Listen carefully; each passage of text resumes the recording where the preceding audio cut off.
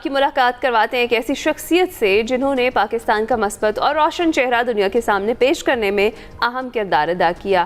جی ہاں، ہم بات کر رہے ہیں یاسر رحمان کی، جو فیفا ایم اے ریفری انسٹرکٹر ہیں اور فیفا انٹرنیشنل اسسٹنٹ ریفری کی خدمات بھی انجام دے چکے ہیں۔ یاسر رحمان نے گزشتہ کئی برسوں کے دوران غیر ملکی شخصیات، سیاحوں اور مختلف شعبہ زندگی سے تعلق رکھنے والے افراد کو پاکستان آنے کی ترغیب دی، انہیں پاکستان کی ثقافت، مہمان نوازی اور خوبصورتی سے روشناس کرایا، اور پھر ہوا یوں کہ وہ پاکستان آئے اور ان کے جانے کے بعد ایک کتاب آئی جس نے عالمی سطح پر پاکستان کا مثبت تاثر اجاگر کیا۔ طالبی مصنف کی کتاب ڈونٹ لک بیک میں پاکستان کی کہانی، یہاں کے لوگوں کی محبت اور اس سفر کے پس منظر میں یاسر رحمان کا کردار نمایاں طور پر سامنے آتا ہے۔ مزید ساری کہانی یاسر رحمان کی زبانی جانتے ہیں۔ السلام علیکم Yasir, good morning, thank you so much for joining اس۔ کیسے ہیں آپ؟ وعلیکم السلام، thank you so much for having me in the show. الحمدللہ، thank you for coming. Yasir, یہ بتائیے گا کہ فٹ بال اسسٹنٹ ریفری اور انسٹرکٹر بننے کا جو آپ کا سفر ہے، اس کا آغاز کہاں سے ہوا؟ Basically I am into football sense I am into my senses. تو بچپن سے ہی مجھے فٹ بال کا شوق تھا ایز اے پلیئر۔ میں ایک ایسے ایٹماسفیئر میں گرو اپ ہوا ہوں کہ جہاں پہ فٹ بال کو ایک پیشن کے طور پہ لیا جاتا تھا۔ میری فیملی، میرے فرینڈ، میرا سارا سرکل فٹ بال سے ریلیٹڈ ہے۔ تو ایز اے پلیئر پھر اس کے بعد ریفرنگ فیلڈ میں آیا، اور پھر جب ریفرنگ فیلڈ میں انفارچونیٹلی جس ٹائم پہ میں انٹرنیشنل لسٹ پہ رہا، تب پاکستان فٹ بال اتنا ایکٹیو نہیں تھا due to some political interference, ہم بین رہے اس دوران۔ تو پھر میں نے سوئچ کیا اپنا career as an referee assistant کے طور پر۔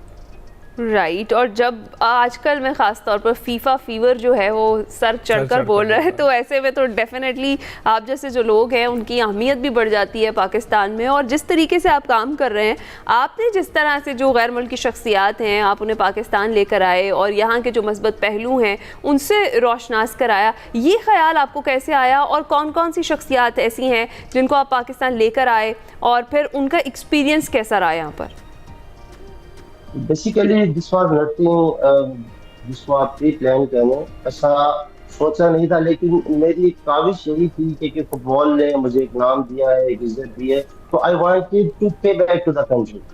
تو میں ایک انٹرنیشنل آفیشیل ٹور پہ تھا افریقہ میں، وہاں پہ مجھے کچھ انٹرنیشنل کوچز جو دنیا کی بڑی کلبس کے ساتھ ایسوسیٹ ہیں، ان کے ساتھ میرا انٹریکشن ہوا، and then I try to convince them to come Pakistan, کیونکہ میں چاہتا تھا کہ میں ان کے تھرو پاکستان میں فٹ بال ڈیولپمنٹ کے لیے کچھ کر سکوں۔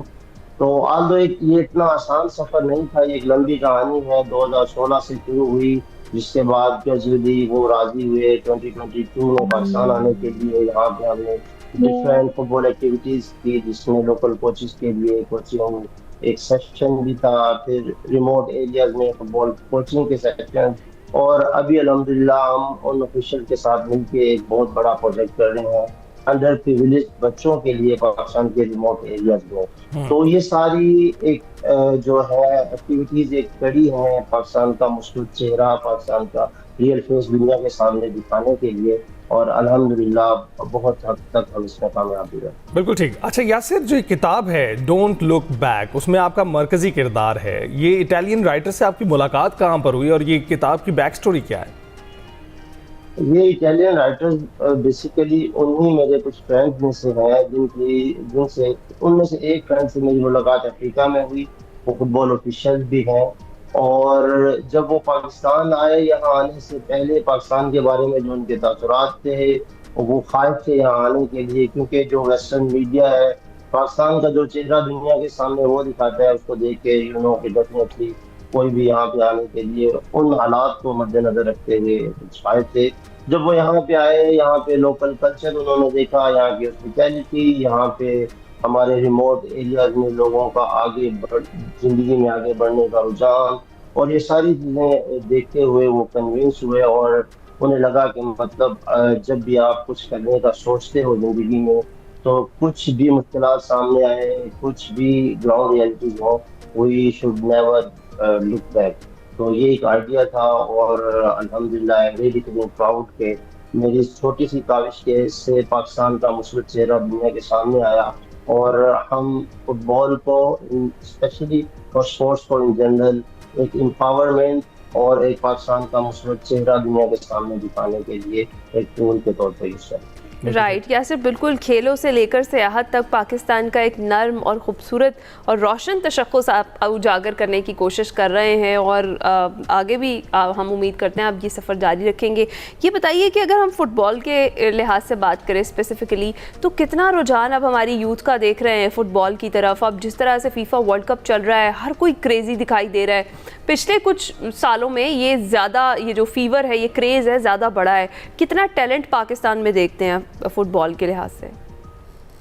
آنیسٹلی اسپیکنگ ٹیلنٹ کی کبھی بھی کمی نہیں رہی، اور یہ جو نیو جنریشن ہے یہ اس حوالے سے بہت خوش قسمت ہے کہ اب جو الیکٹڈ فٹ بال فیڈریشن کی باڈی پاکستان میں اب نیو الیکٹڈ باڈی ہے، اور اسپیسیفکلی میں مینشن کروں گا we have best ever possible president in Pakistan football federation, جن کی انٹرنیشنلی اور فیفا میں AFC میں ایک بہت ویژن ہے ان کا، اور he really wants to take Pakistan to the new heights.